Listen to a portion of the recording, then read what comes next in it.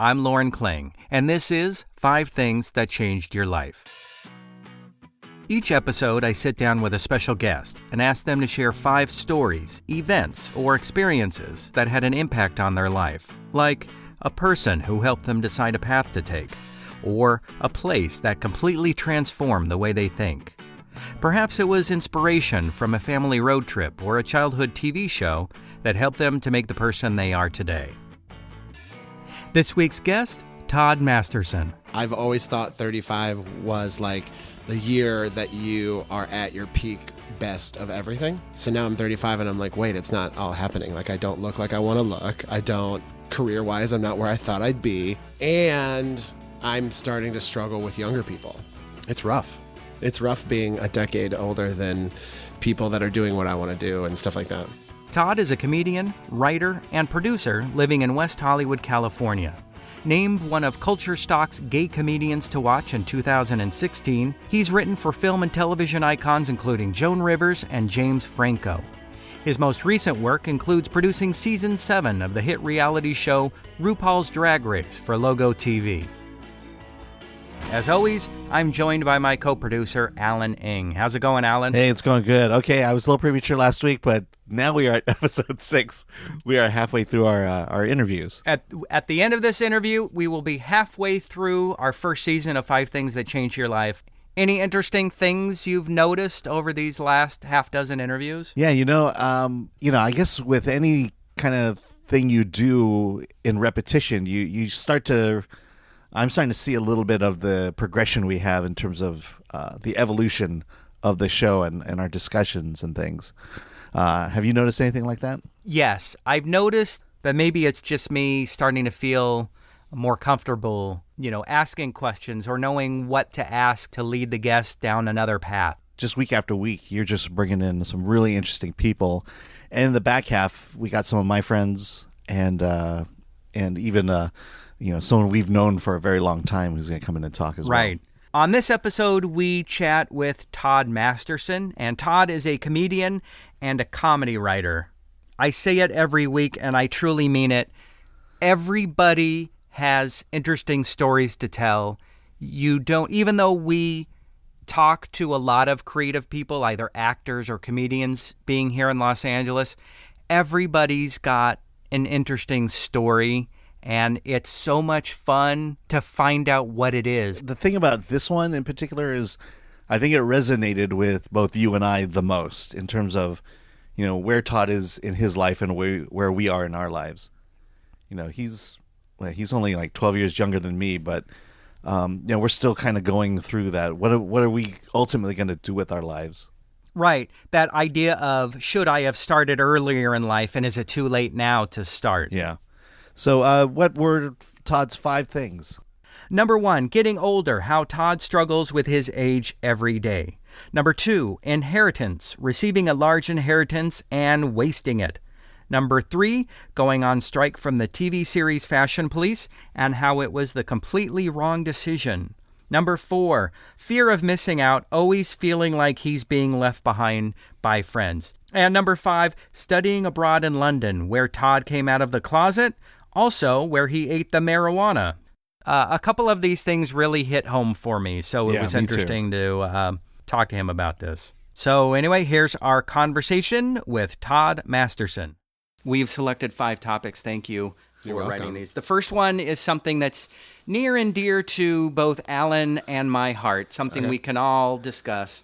You wrote, getting older, I struggle with my age every day. I don't like getting older. I don't. I hate it. Have you always hated it? No, I always wanted to be older. I am 35, and I've always thought 35 was like the year that you are at your peak best of everything. Mm-hmm. And so now I'm 35, and I'm like, wait, it's not all happening. Like, I don't look like I want to look. I'm like, career-wise, I'm not where I thought I'd be. Right. And I'm starting to struggle with younger people. Like, I have always thought I was either the same age or younger than everyone. Right. And so when I meet people, I always just assume that they're like older than me or we're the same age. But now, like, I'm running into, especially doing stand-up, I'm running into people that are 22, 23, and kind of, getting a little more successful than I am. And it's rough, Right. It's rough being a decade older than people that are doing what I want to do and stuff like that. I totally get what you're saying.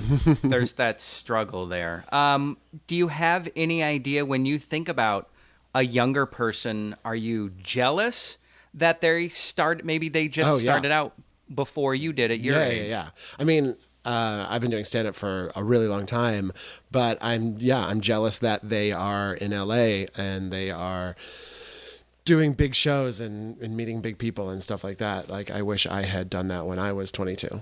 Right. Now, but you've done things, right, that you're proud of that other people would say, like, oh my gosh, I want to do that. Yeah.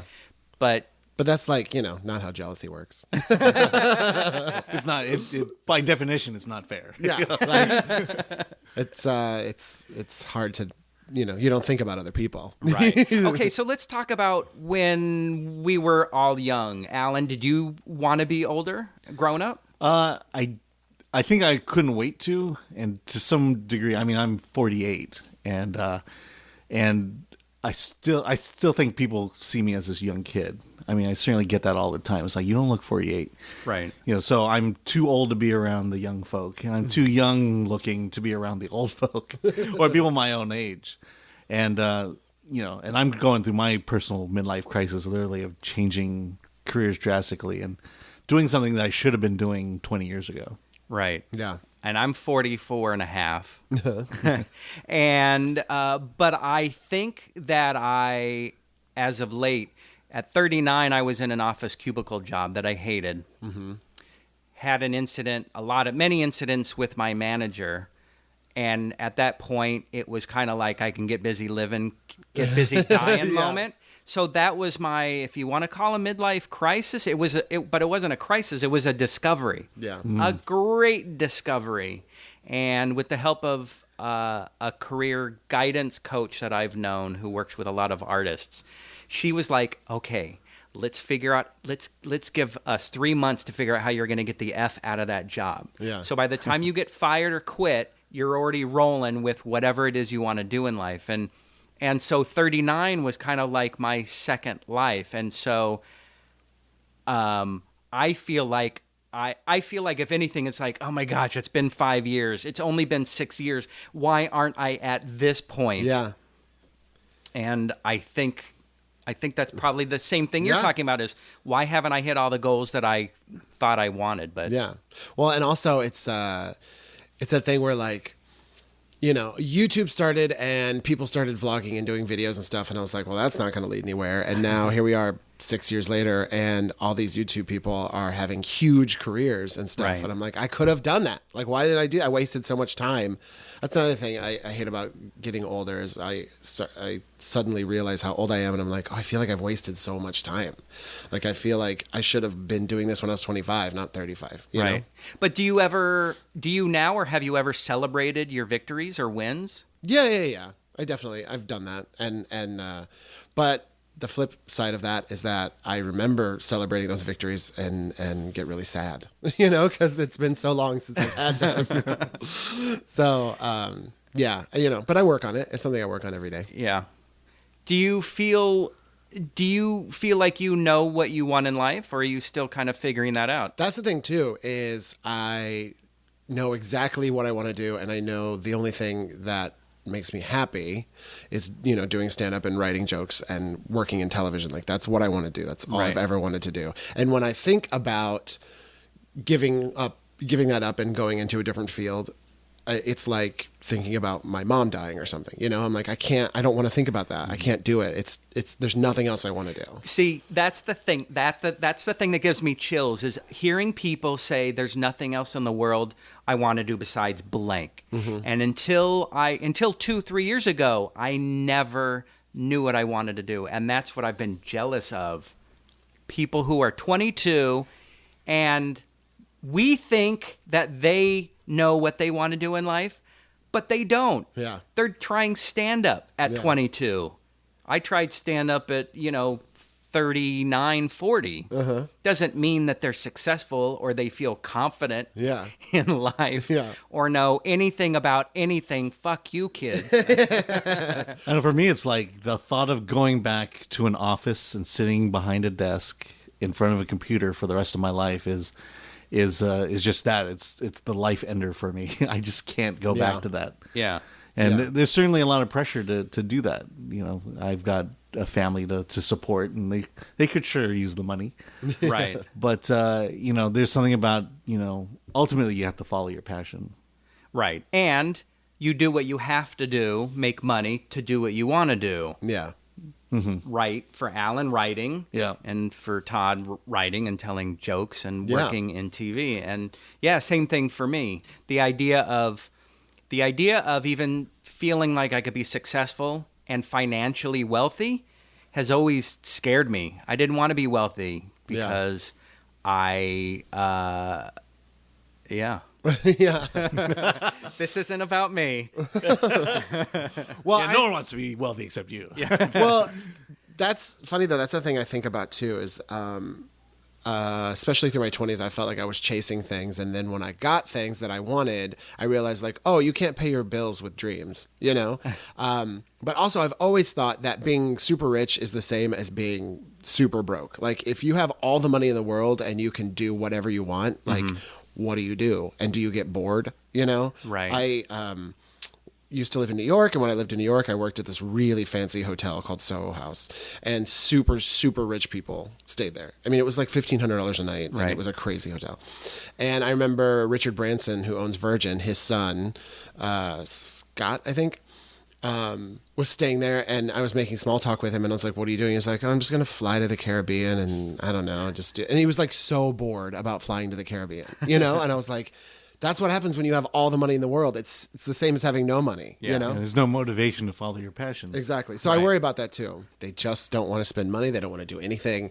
Like you have all this money and you're retired and all they want to do is just, you know, stay home and work around the house and work around the farm and stuff like that. They don't want to come out here. They don't want to travel. They don't want to buy things. They're just I'm like, what are you going to take it with you, Mom? I will say part of me is willing to take that challenge of trying to be rich and happy. Yeah, right. You know, if someone wants to put me to that task, I'll do it. Oh, I definitely think money buys happiness. I definitely think it does. I think there was a study that said that I think $70,000 beyond that, that's the peak of happiness of making that a year. And then after that, it's just downhill. Running for president, yeah. Yeah, exactly. One of the things that you wrote on here is one of the things that changed your life. You said inheritance, received a large inheritance and wasted it. Yeah. What do you mean by wasted it? Well, I just lived off of it and paid my bills with it. I mean, I stretched it out for 3 years, but it was a large amount of money and I didn't invest it. I didn't try to, further my education. I didn't do anything. I just kind of lived off of it.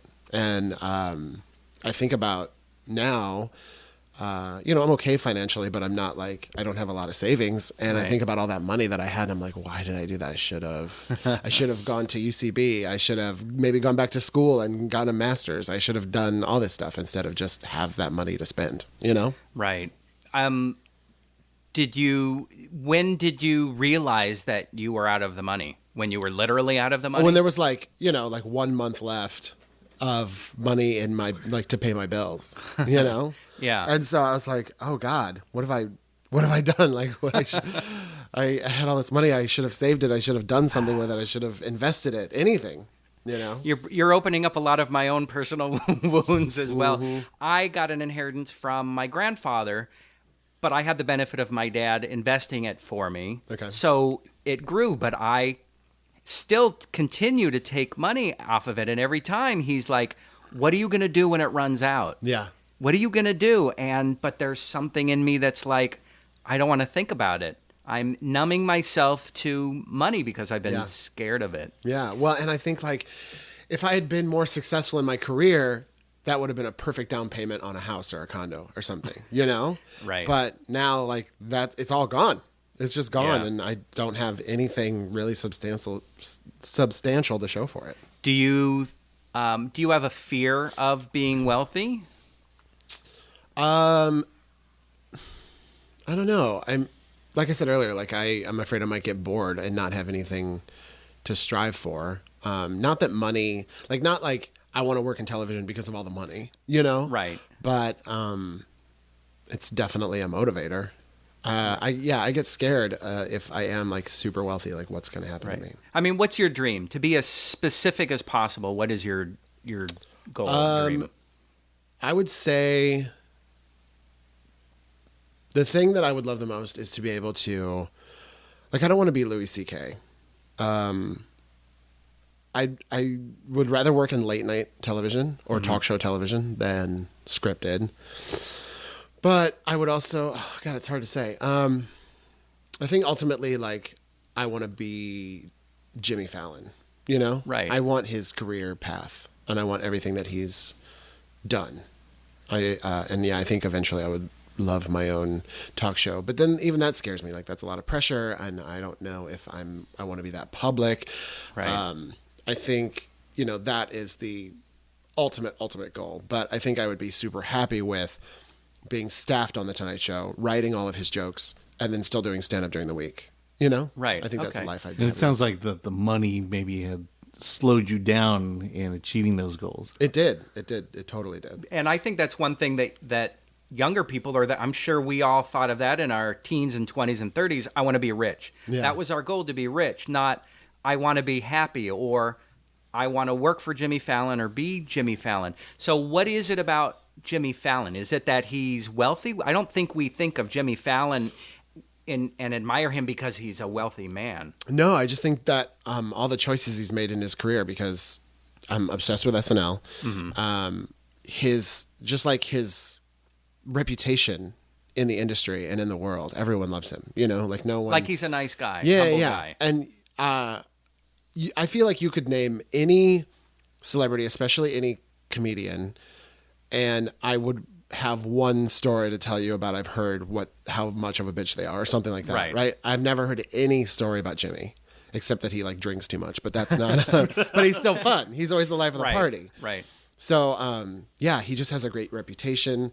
The people he associates himself with, you know, he loves music. He's like best friends with Justin Timberlake, like stuff like that. Like he just has a great life. I think he has the best life. I haven't. Have you or Alan ever heard any stories about his struggle? Has he ever talked about it anywhere? Well, I opened for him in 2000. It was his first or second season on SNL. He was still featured. Right. And a lot of them do stand up, and he would, like, they tour between seasons in the summer. So I won a contest at my school to open for him because he was like performing at our school. So I won the contest to open for him, and I got to hang out with him and have dinner with him. And I mean, this was 16 years ago, but he was so nice and like genuinely cared about me as a college kid in Missouri, you know, like wanting to start stand up. But I just remember his story was that he was a computer science, like he was doing something with computers. I think he was in school in college for computers, started taking classes at the Groundlings. And this was way back before anybody came from the Groundlings. Right. Well, I guess Will Ferrell and Sherry O'Terry were on. And Groundlings was like producing famous people, but like it wasn't what it is today. So he took some classes at the Groundlings. I think he was in the same beginner's classes like Maya Rudolph or something. And didn't even finish Groundlings and got SNL, and then is Jimmy Fallon now, you know? But like at the time, his path was dropped out of college, went to Groundlings, got SNL. So I was like, that's what I want to do. I finished college, and then I went to New York, and I was in New York for 3 years.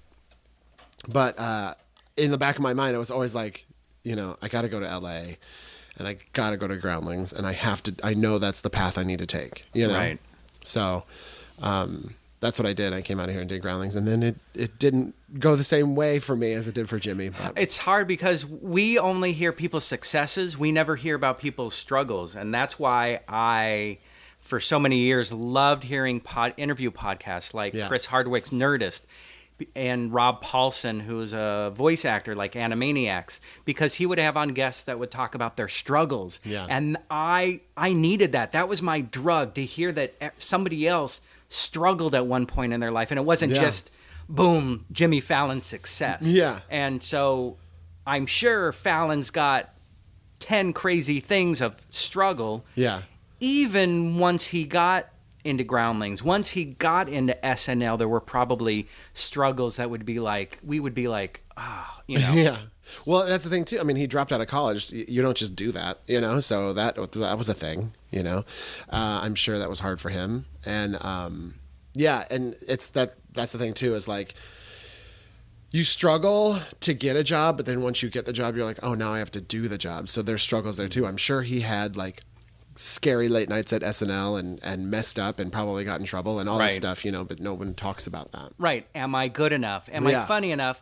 How did Lorne Michaels pick me? I don't deserve to be here. Yeah. And I'm totally sure he went through that. Yeah. And I think we all kind of have that. Yeah. So. But like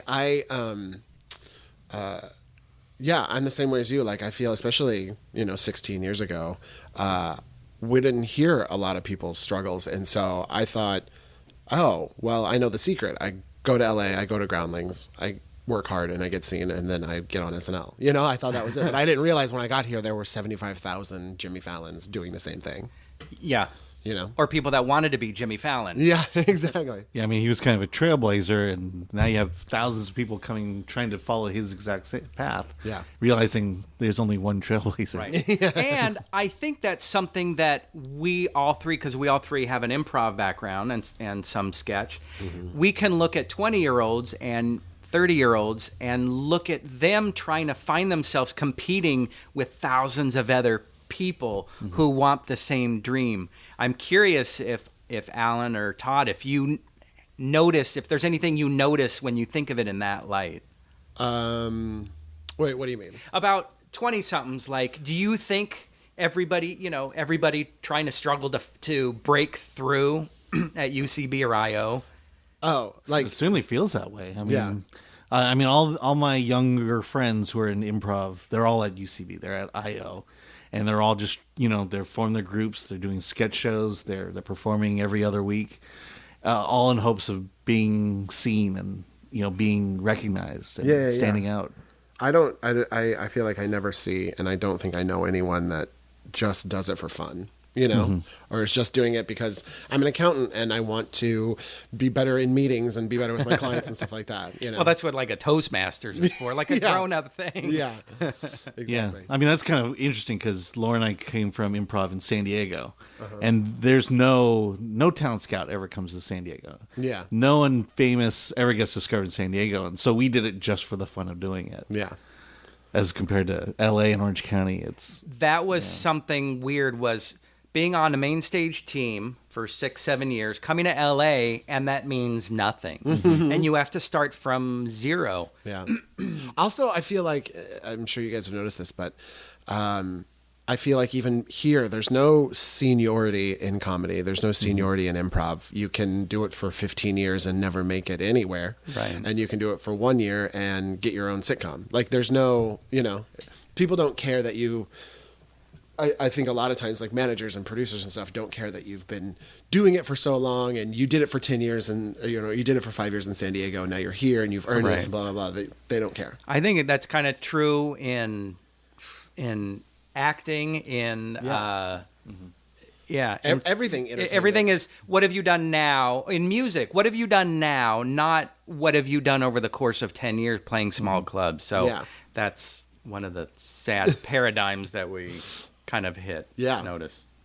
One of the things you mentioned, we kind of talked about jobs that we've had and perceptions of the success we think we've had in fields. You say going on strike from Fashion Police in 2013, I completely made the wrong decision. I should have stayed. Now, will you explain what Fashion Police is for those that don't know? So Fashion Police was Joan Rivers' show on E! It was weekly, and it was like half late night talk show format and half like critiquing people's fashions at red carpet events and stuff like that. And were you writing for Joan? Yeah, I wrote all. There was a team of us wrote all of Joan's jokes for the show. And we worked there I worked there probably 6 months, and we started, like, the other writers had been there longer and started talking about becoming a union show and joining the Writers Guild and all this stuff. And I was like, sure, okay.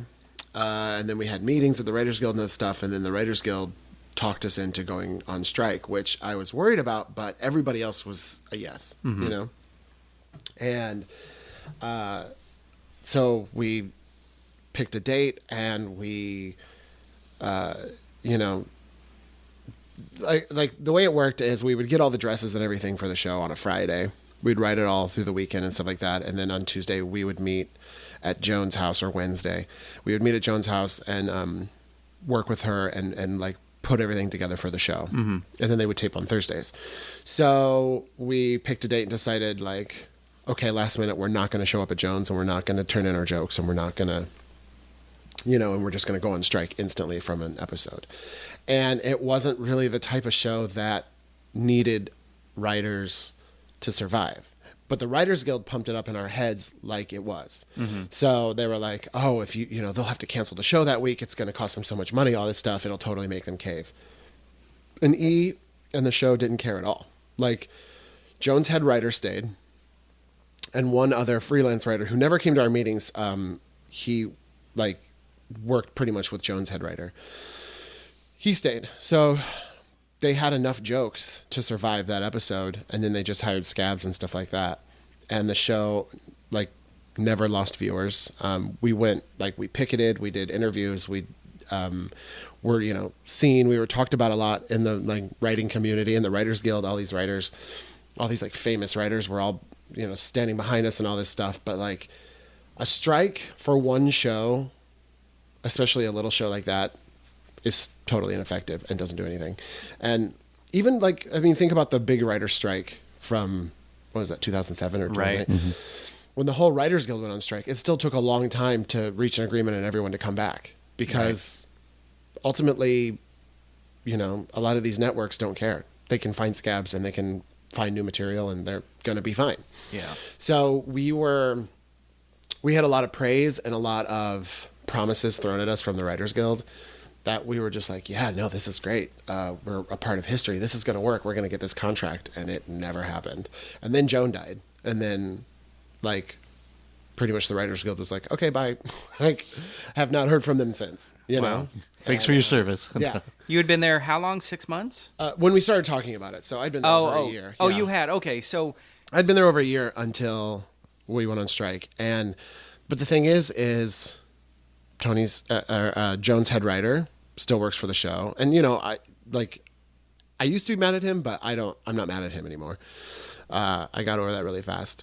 And then the other freelance writer, they brought him in, threw a lot of money at him, gave him, like, a huge job title. And now he's still at E, working on other shows, super successful, all this stuff, you know? And it was rough. It was because going on strike at Fashion Police was about the same time that my inheritance was running out. So it was all coming together. And so it was a rough couple of years after that. And that was another really, really hard thing of seeing the people that stayed on the show getting all this success and all these good things were happening to them. And all the things that the Writers Guild said would happen, like, oh, they'll be blacklisted, they'll never work again, all this stuff. That didn't happen. None of that happened, you know? So it was really, really rough. So you were thinking a lot about your future at that point. Yeah. You know, not just this specific job, but could I work down the road? And that was the thing, too, is the Writers Guild said, like, oh, you know, everyone that doesn't go on strike and everyone that doesn't do this will be blacklisted, and they'll never be able to join the Writers Guild, and they'll never get hired on another show, and they'll never do this. And none of that happened. They didn't follow through with anything they promised. They also said, they were like, oh, when you go on strike, if they don't get a contract within 2 weeks, we'll make sure, you know, we'll help you get hired on other shows. We'll try to get you a union job, all this stuff, to show you that you're valuable to the community. And all of these writers and showrunners and all this stuff from other shows were like, hey, we're behind you. And none of them offered us jobs, and none of us interviewed us, and none of them, like, tried to get us jobs, you know? Yeah. I was like, wow, thanks, guys. That's a hard experience, even for me, to think, like, how could I get over it? How could I look at a positive out of that? Have you made peace with it at all? Oh, yeah. A lot of the anger and, like, rage I had towards the whole situation is pretty much gone. I don't talk about it anymore. One of the reasons I don't talk about it anymore is because I've had job interviews on TV shows that they've told me, they're like, you might not want to tell people you went on strike when you're interviewing and stuff like that. Right. Oh, great. Thanks. Yeah. Yeah, and there are like, there were jobs that I didn't get because I went on strike and all this stuff. So it was really rough, but I had to let it go. Especially like the anger I had towards the people that stayed. It's like, good for them. They there's nothing that's out of my hands. Yeah. Do you think there's anything you've taken out of that experience that's been a positive towards your goals now? I mean, has it made you a little more cautious or a little more careful, or? Oh yeah. I mean, I'll never go on strike again, and I understand the value of a union job. Like, I know what we were trying to do, and right. I know it's like a feather in my cap of a career. Like, I think one day, especially if I get another writing job and I make it last and is really successful, it'll be a thing I can talk about and be like, yeah, I went on strike one time and now I'm here. But right. Until that happens again, it's right. just like... Until we hit that success and can look back and say, well, the struggles were worth it. We're like, these struggles suck. Yeah. But it's a good chapter in your book that you're going to write about yourself. But luckily it's been long enough, and since Joan passed away, like, it's just on my resume now. And I don't say that I went on strike. I just say that I worked for Fashion Police. And while I was there, Joan died and lost my job. Like, it's just what I say now. Yeah. How was it working for Joan as a comedian yourself? How was it working for somebody who's iconic? Well, that was the amazing thing. It's like I said, you struggle so long to get the job, and then you're like, oh wait, now I have the job. Now I have to do the job. Mm-hmm. Because like interviewing for a job and auditioning for a job and getting a job is one thing, but then actually doing it, you're like, oh shit, now I'm here.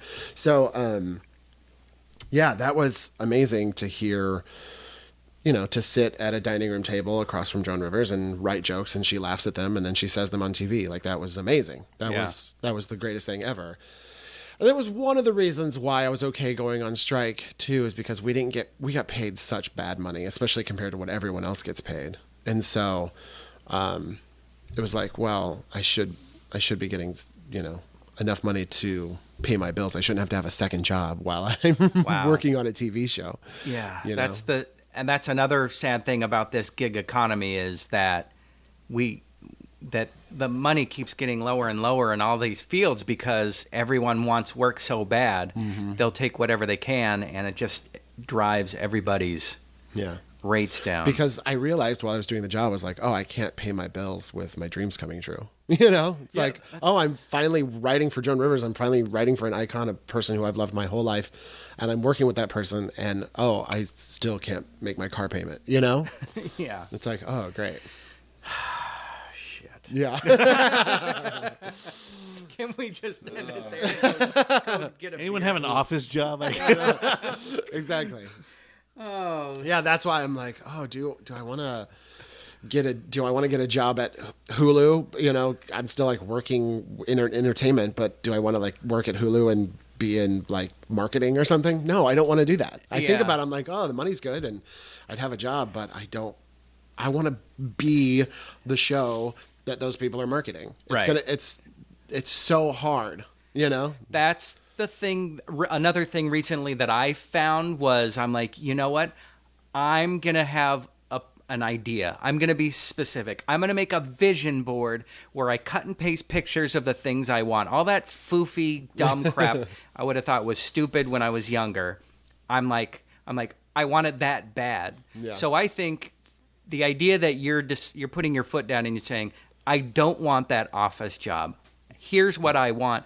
I think clarity makes purpose a lot clearer. Yeah. It makes it seem less like a pipe dream than more doable. Just saying it. Right, because once you know specifically, like for you to say, I want to work on Jimmy Fallon's show, that means you have a finite number of comedy writers to talk to see if they'll mentor you, to interview to see how they got there, rather than going, I want to be a comedian. Well, whose life do you want to emulate? Who do you... Plus, it also lets you evaluate your current skill set and say, where do I need to improve? And where do I need to be? Yeah. Right. Let's jump into this one. Another one. And I'm like, Oh, boy. The fear of missing out. I always feel like I'm being left behind by my friends. Yeah. I have severe FOMO. Like it's definitely, I've had it my whole life. It's not, I blame social media for it, but I've had it my whole life. You know, it's like a deep pain in my chest when I find out that yesterday my friends all hung out and went to the Getty. I'm like, nobody called me. Where's my text? You know, but on a grander scale, it's, this friend sold a TV show. This friend just booked a late night set. This friend is on a huge tour with a famous comedian, you know? And I'm like, where's mine? You know? And so it's something I think about all the time. And social media just is like gasoline on the fire. It does make it worse. Do you celebrate your friends? Do you celebrate their successes? That's the thing. I'm so happy for them. And I love my friends so much. I want to be with them. Right. You know? You want to be with the cool people in the room. Yeah. Do you think they celebrate you? Even do you, you feel? Yeah. Yeah. Definitely. And there's just so many of us. You know, there's so many humans in this city, and we're all, you know, a lot of us are friends with each other, and it's just it's impossible to hang out. It's impossible to hang out with your friends every day the way the Friends did on TV. You know? Oh, right. I think Friends, Will and Grace, I think shows like that are and ultimately really bad for people because that's not how people live. You don't see the same people every day. Right. You don't constantly hang out with the same friends every day. And right. I always thought that I would live in an apartment complex with great friends. Yeah. Like Melrose Place. Yeah, exactly. Like that kind of, without the murder and the sleeping around and all the other things that happen. Yeah. But yeah, so I get really jealous, and I fear that I'm going to be left behind by all my friends getting all the success because they all, you know, I have friends, they have friends, we're all friends with each other, but like say one friend gets his own talk show and then he's allowed to hire a writing staff. Well, he's got people that he wants to hire. I don't know if I'm on that list, right? You know, so what if that happens? And then that's just going to hurt even more. Or what if another friend gets a sitcom and they can help cast the other actors in it and no one casts me, you know, because they have other people. It's understandable, but still in my brain, I'm just like, you know, pick me. Do you feel like you're enough? Yeah, I totally think I am, you know, I'm not like super confident because I am a comedian. So like, I still hate myself a little bit every day, but I mean, I'm confident enough to know that I'm funny and I'm talented and I'm worth it, you know? Right. I know I'm never going to play Romeo, but if there's a part for, you know, a pudgy, funny neighbor, I hope that I would get cast in that if my friend's sitcom sold, you know? Right. Right. Because I think I'm worthy of it. Okay. And not casting a name just to have a name in your show. Right. I mean, I definitely think that's one of the fears of growing older do we feel like we're enough? Yeah. That whatever we're doing, the mistakes and successes, that we're at least going towards a goal. Yeah. What do you think keeps you from snapping and for going off on your friends? And I think about that a lot, and I think it's I just have to realize that it's just the moment. It's just in the moment. Because one thing I do is like, think about a year ago when, you know, friends hung out and everybody went to a birthday party and you didn't go. Like, do you really care anymore? You know, it's always just the heat of the moment. And I know that. And I'm able to like talk myself off the ledge. Right. And plus I do really cherish my friends and I love my friends and I'm really happy for them when they get success and they deserve it just as much as I do. And I know that if good things happen to me, they'll equally support me.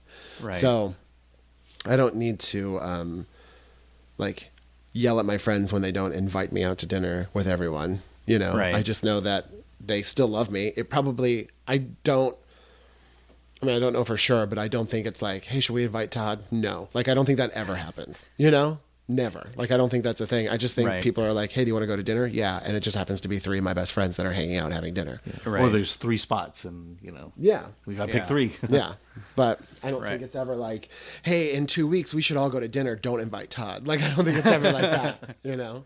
Right. I think I feel like mine's even worse because I don't feel like I have friends. I have a lot of acquaintances, mm-hmm. people that support me when we see each other. Yeah. And that's great, but it's not like I have a cadre of people to call and hang out with. And then when you add on top of that, the few that you think you're closer with, when you're like, why didn't they randomly call me to go out? Why am I sitting here watching Netflix Yeah. instead of going out? But for me that's, I mean, goes back to childhood. I was a mama's boy. I was overly protected. I was the younger son, overly protected by my mom. Always coddled and cuddled when something was wrong. And I definitely think that. Yeah, I'm the baby. I have two older brothers. I'm the baby. My mom, super overprotective. Right. My brothers are 4 and 8 years older than me. So my freshman year of high school was my brother's freshman year of college. So I pretty much grew up in my most formative years as an only child because my brothers were moved out of the house, you know? So all through high school, it was just me and my mom and dad. And my mom was super overprotective and stuff like that. Yeah. So I definitely think that. So far, the closest I've gotten, because I do see a woman she does this thing called tapping. It's called EFT. Yeah, I've researched that. It does help. It's amazing. It does help. It's one of those foo-foo things. Yeah. Is that like EMDR or? You tap like your chest, your forehead. I think it's like pulse points. I don't know, but you just lightly tap. Maybe like you're supposed to count. And you tap like 30 times, and then you tap here like 30 times. It's just a way to like center yourself. It's kind of along the lines, I don't know if you've seen the superhero pose thing where you're supposed to stand up straight, put your fists on your hips, and stand like a superhero for 30 seconds before like a meeting or before a date or anything like that. And it's supposed to raise your self-esteem, you know. Oh my God, I do that when I leave her office. I do that. Yeah. I actually close the door to her office. I stand there. I take a deep breath in like I'm on a TV show, Mary Tyler Moore, and I raise my hands and I go, Yeah. It's it was on 60 Minutes, I think. They did a big story about it. It's this new like self-help kind of craze, but yeah. You stand in superhero pose and you look up and you count to 30 and all your stress goes away. But supposedly. it's interesting that it does work. And also, in addition to that, she talks about childhood and says the things and issues that we have as an adult started long before we ever thought possible. Yeah. And what she says is you really need to tap and tell your 12, 13-year-old self it's going to be okay. You are different now. And I'm like, oh, great. This sounds like a Lifetime movie. Screw that. And also there are two other things that I think factor into, you know, being left out. One is that I am married and have a really great relationship. And so a lot of my friends are single. Most of them are single. Right. You know, so they're dating. They're trying to meet someone. I remember when I was single and my friends that had boyfriends came around and all they did was talk about their boyfriend or their boyfriend was hanging out with us to be like, oh, we get it. You're in love. So I think that's subconsciously people are like, oh, Todd's fine. He's got a man. He's good at home. So he doesn't need to hang out with us. Right. Yeah. And what was the other one that I want to talk about? There were two things. Sexual radar. I think once you're off someone's sexual radar, they think about you differently. Like, it's kind of gross, but like I have people that I'm friends with that I used to be really close with that like were really attracted to me, and they're always like, we should date. And I'm like, we're just friends and stuff like that. But then once that wore off, and especially when I met Rob, once that wore off and I was no longer on their sexual radar, I never hear from them ever, you know? And when I see them in public, they're like, hey, like they're not even excited to see me, you know? Right. And my friend Sam told me, he was like, once you're off someone's sexual radar, like it's pretty much like a death. Like they're just done, you know? And that's a big thing. That's why like I get really nervous when I find out a showrunner is gay or someone I want to work for is gay. And then I'm like, well, especially a thing with gay men, like if you're not on their sexual radar, it can really go the wrong direction, you know? Like you need to be a little bit into them to want to hire them and stuff like that. I think being on someone's sexual radar is definitely a big thing. So yeah, when my single friends that know that they're never going to hook up with me and that's kind of gone and dead in their brain, they just don't want to hang out with me anymore. It's like a subliminal casting couch. Yeah, it is. Right. So I think those are the two of the biggest factors that I don't hang out with certain people, is because I'm in a great relationship and they don't want to be around that. and Right. And a lot of people are striving and searching, and maybe some are jealous. Yeah. They want what you have. Yeah. And I was the same way when I was single. Yeah. You know, you're like, oh, I want a cute boyfriend who likes to hang out with me and all this stuff. And I want to be able to take him around my friends and stuff like that. In a way, you're the Jimmy Fallon of your marriage. Of relationships. Of your marriage. You've found that perfect person, that perfect job. Yeah. And you're Jimmy. Now, if you're Yeah. Jimmy, who is he? Right. Justin Timberlake. Oh, there you go. But yeah, dating is a job. I found my husband like I would find a job, you know, like I was looking for him my whole life. And Wow. he really is. I totally think he's my soulmate, but like ever since I was little, I was like, I want a partner. I want to be with someone. And I went on a million dates and I finally found him. Do you think it was worth it? Yeah, definitely. Definitely, because if I hadn't done that, I wouldn't have found him, Yeah. you know? So That's like 10,000 hours. That's like you put in your I 10,000 did. dates to I find did. somebody. But when you're in those 10,000 dates, when you're at 8,944, you're like, F this. Oh, I gave up. Yeah. I was like, oh, I guess I'll just have guys that I hook up with and my friends that I love, and we'll all hang out, and I'll never have a person that's both of those, you know? Yeah. I'll have like people that I hook up with on the side, and I'll have people that I hang out with, and I guess I'll just never have someone to love and be in love, and then that's when I found him. So That is a huge win. I'm giving a ding to that one. Very Well, we could cool. keep talking about that. I mean, about your husband. Yeah. I mean, I remember when I got married, it was the idea of, wow, I don't have to play the dating game anymore. yeah. You know, all these, tactics and things I would do to get a girl interested in me. I'm done. Yeah. Well, and we met like right before Tinder. So now like all my friends are on Tinder, and I see people talking about Tinder and stuff. I'm like, what are you doing? What is that? You know, because Right. I completely missed Tinder. We have a common friend, and we went to dinner with her, and she introduced us to that Yeah. app. And oh my gosh, she's like, go ahead. Yeah, play with it. she was over at our house And on Monday. I was like, oh my gosh, this is rad. Yeah. She was at our house on Monday, and we were playing with her Tinder. I've got power. But there's so many now. There was another one that she had that I feel like started with an H. Hopper or something. I don't know. There's so many. There's so many now. And we I missed have a all new of that. dating app, and it involves you go into the special drive-through, like a fast food restaurant. You go through a special drive-through, and you enter in all your stuff at the kiosk, and then then it's like a date where there's a person, like a damsel or a guy at multiple windows, and you just have a chat, and then after 20 seconds, it's next Isn't that please. chat roulette? Next please. Yeah. I guess it Except is. it's in like person. speed dating. It's chat roulette at an In-N-Out burger with like 50 drive-up windows. Yeah. Work on it.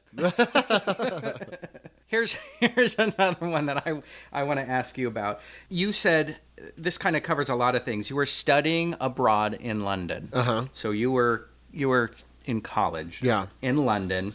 You not only came out of the closet in London, you had an incident with eating marijuana that you think permanently fried part of your brain. Yeah.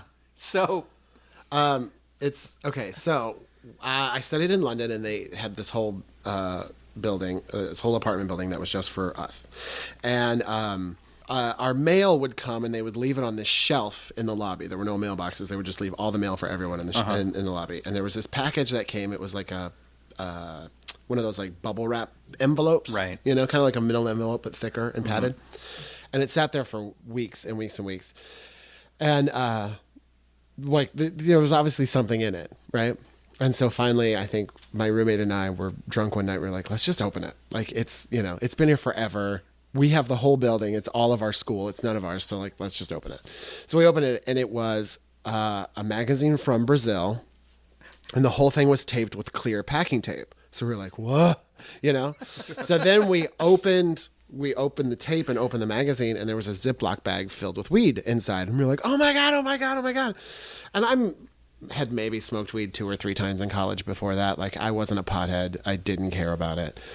My roommate was a big smoker, and he was like, we should put it in spaghetti sauce and eat it, because weed is like so illegal in England. Like, if you get busted with a joint, you get kicked out of the country. Okay. So at least in the year 2000 you did. So we were like, we can't smoke it because if we get busted, we're so screwed. So he was like, let's put it all in spaghetti sauce. Well, I had never experienced eating weed, so I didn't know, like, you're not supposed to eat a lot of it. Right. And I was hungry, and that was our dinner. So we ate all of the spaghetti, right? There's a couple faux pas in there. Go on. So, I would say I ate probably, I mean, we put the whole bag in there, and it was a lot. The whole bag of weed. Yeah. And then how much of a bag of pasta? Like, we did a whole thing of spaghetti and a whole jar of sauce, and then the whole bag of weed. So, I mean, I would say like a softball size amount of weed. Like, it was like handful. Poof. I would imagine Brazilian weed was especially potent. So we ate it, and then about an hour later, my body just freaked out. I thought I was dying. My heart was doing like weird things. My head was doing weird things. I couldn't focus. The samba. Yeah.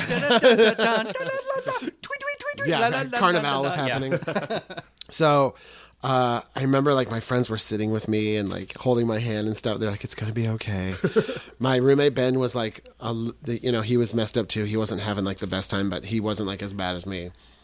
And then all of a sudden I woke up the next morning and I was like, I didn't die. I like for sure thought I was dying. Right. And I was only 20.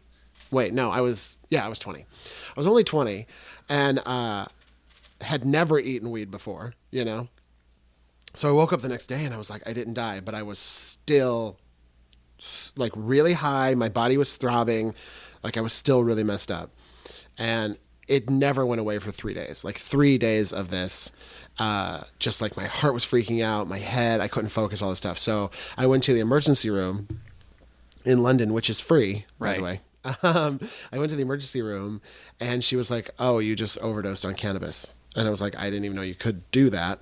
She's like, but it'll just eventually wear off. Well, being high and stuff wear off, but it like flipped a switch and I had the worst panic attacks ever, every single day. And I developed this huge panic disorder where like, I couldn't even leave my apartment. I couldn't, I couldn't walk around. It was towards the end of the semester. So after we finished the semester, we flew home. It was right before Christmas. And, I'm still struggling with like coming out of the closet and stuff like that. And I'm having these massive, crazy panic attacks every single day.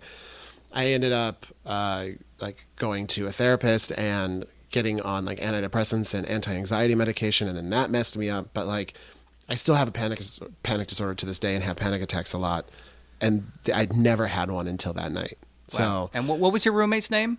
Ben. All right, Ben. This is a public service message to the Bens of the world. If you're going to introduce weed to your friend, be kind. Don't be a dick. I mean, I don't know if I don't think Ben knew how much to eat either. We just I thought you made it sound like he knew. No, but he was the one who knew you could eat weed. But I don't think he knew how much you're supposed to eat. All right. Well, this is still to the Bens of the world who think they know and don't do their research. Do your research. Yeah. Well, I mean, public knowledge today of weed is so much different than it was 2000. Yeah, 2000, right. But I would say that for a good 6 months after that, I went to the emergency room maybe once every 2 weeks, like twice a month. Wow. I was like, oh no, my heart is literally, I'm going to die now. Like, I'm literally dying now. Now, now, amongst all of this, did you come out of the closet before, after, during? I came out of the closet in London to everyone that was studying abroad with. Okay. And then I got home and I came out to my brothers and then I came out to my mom. So. Did you come out before the weed incident, the spaghetti incident? Yeah, I was. Oh, you did? Out. Okay. Yeah, I was already out, but I wasn't out to anyone in Missouri. Got it, I wasn't right. out to anyone at home. So okay. I was like, my friends knew that I was, but not my family or anything like that. Okay, so it wasn't spaghetti weed that made you... It wasn't that made me come out, but I was like, oh, now I have to go home and kind of be back in the closet a little bit and come out and stuff like that. So It was a lot, But I definitely think that night when I ate that pot of spaghetti, like, I think it permanently flipped a switch in my brain for something. I believe that. Yeah. I believe that. You try acid, you try weed, you try MDMA. Yeah. Maybe it worked. Maybe it screwed you up for life. Yeah. I get it. I'm curious. What do you think about people that are coming out now in modern times versus back when you came out? I think that I think the year 2000, I think, was definitely the cusp of gay people having to stay so closeted and gay people just living their lives totally open. Like, I think I was kind of at the end of that. It's still hard for people to come out, don't get me wrong. Like, right. There are church kids in Tennessee that will probably never tell their parents that they're gay. But I think that it's way easier and more acceptable to come out than it was even in 2000 when I came out. Does that blow your mind? Could you ever have imagined that? I mean, yeah, when you're growing up gay, you never think, because at least I did, I thought I was the only gay person alive. And then I heard that there were a couple more, and then like Will and Grace came out, and right. like, and Ellen. And Ellen came out and all this stuff. So like little things were happening, but especially when you're like in the moment, you think, I'm the only person this is happening to, and it's really hard. But now, because of the internet and because of TV and because of life and everything, these kids, I think, and I hope, see and hear that they're not alone. Right. And there's a million people just like them, and everything's going to be okay. And so, but it's definitely not one of the things I'm jealous of. Like, I'm not like, oh, I wish I had all that stuff to come out in high school. Like, my coming out path is exactly the path I wanted. And I think I'm happy with it. So. And tying it back to what we started with, you could think a career is the same way. Yeah. Is that you experienced all the hurt and the angst and the pain of wanting to come out and being closeted, but now that you're married and you can look back and you can say, like, here's what it is. Yeah. I think at least for me, that's how I look at career while I'm still climbing up that mountain in that 10,000 hours. And I'm like, you know what? I'm going through shit, but I'm not alone. Yeah. There's somebody who had spaghetti weed that's more fucked up than me, ever trying anything. Yeah. But I think to me, it's like we're all struggling, man. Yeah.